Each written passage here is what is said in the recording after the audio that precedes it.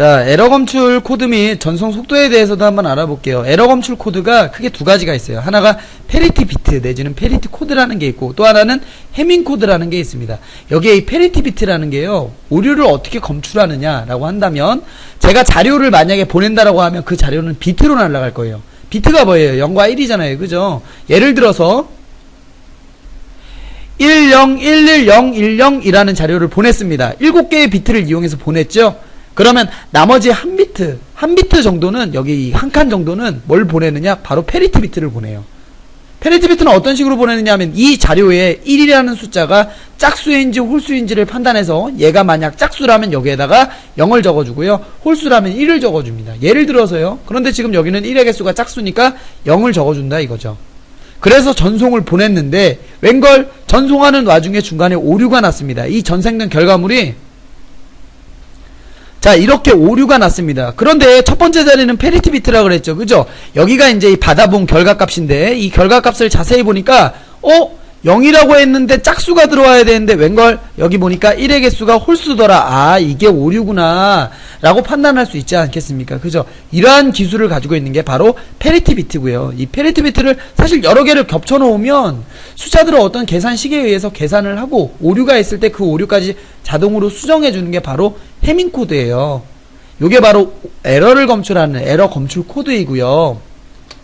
다음, 전송 속도와 주파수의 관계에 대해서도 이야기를 한번 해보자면, 컴퓨터의 그 전송 속도는 비트 퍼 세컨드, BPS의 약자로 쓴다 그랬습니다. 이 비트라고요. BPS.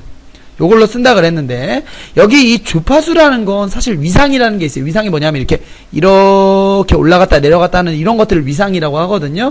이 위상이 어떻게 됐느냐에 따라서 BPS와 위상의 관계가 조금 바뀌기도 합니다. 그러한 위상을 보호라고도 하고요.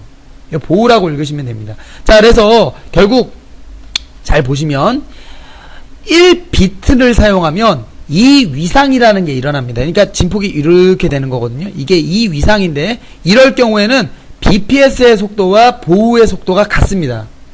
다른 말로는 1비트라고도 하고요.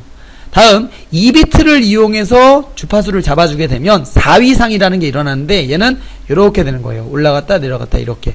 이런 4위상은 디짓 비트라고 합니다. 디비트, 죄송합니다. 디비트라고도 합니다. 이 디비트는 BPS와 보호의 관계가, 보호를 곱하기 2를 하면 BPS가 됩니다.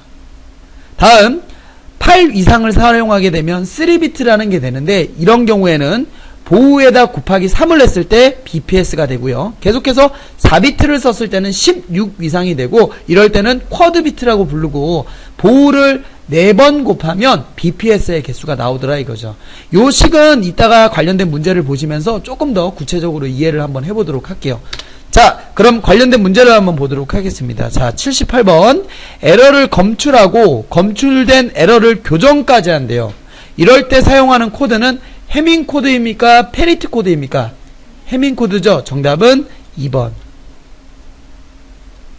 다음 79번. 페리티 검사에 대한 설명으로 틀린 것은, 자, 뭐 나머지 부분들 그냥 한번 쭉 읽어보시고요. 여기 지금 보시면, 자, 3번 지문을 보시면 페리티 코드 자체가 1011이라는 자료를 예를 들어 보낸다라고 하면, 첫 번째 코드에다가는 얘가 홀수니까 1이라고 보내는 거란 말이에요. 근데 얘가 페리티 코드잖아요. 그죠? 근데 이 부분에서 얘랑 얘가 오류가 났어요. 그래서 1011이라고 날라갔어야 되는데 1000이라고 날라갔습니다. 그러면 홀수니까 당연히 1 적히는 게 맞잖아요. 그러면 페리티 코드로 봤을 때, 아, 홀수인데 이거는 오류가 아니구나, 잘못 판단할 수 있는 거 아니겠습니까? 그죠? 그러니까 결국 전송 중에 짝수의 에러 비트가 발생했을 땐 페리티 코드에서 에러 검출이 불가능하다 이거죠. 그래서 정답은 3번입니다. 80번. 보호의 속도가 4600 보호이며 디비트를 사용하는 경우 몇 BPS가 되느냐. 여기 디비트는 2비트를 사용하는 경우라 그랬습니다. 2비트를 사용한다라는 것은 보호를 갖다가 곱하기 몇을 해야 BPS가 된다 그랬습니까? 곱하기 2를 해야 된다 그랬죠? 그러면 4600 곱하기 2를 하면 결국 얼마가 되겠습니까? 9200. 정답은 2번이 되겠죠. 81번 같은 문제예요. 데이터 변조 속도가 3600 보호이고 쿼드 비트를 이용한대요. 그러면 보호에다가 쿼드 비트를 이용한다 그러면 쿼드 비트 곱하기 몇을 하라는 소리죠? 4를 하라는 소리 아니겠습니까? 4를 곱합니다. 그러면 3600 곱하기 4 하면 얼마가 되겠어요? 14400이 되겠죠? 정답은 1번. 다음 82번. 4위상의 변조를 사용하여 4위상이라고 했습니다. 그럼 D비트죠? 그렇지 않습니까? D비트죠? 이러면 D비트입니다. D비트는 결국 2비트를 사용하는 거예요. 어쨌든 4위상의 변조를 이용하여 데이터를 전송하는데 신호의 전송 속도가 60보호라고 한대요. 이거를 BPS로 환산하면 D비트는 보호에서 곱하기 얼마를 한다 그랬죠? 2를 한다 그랬죠?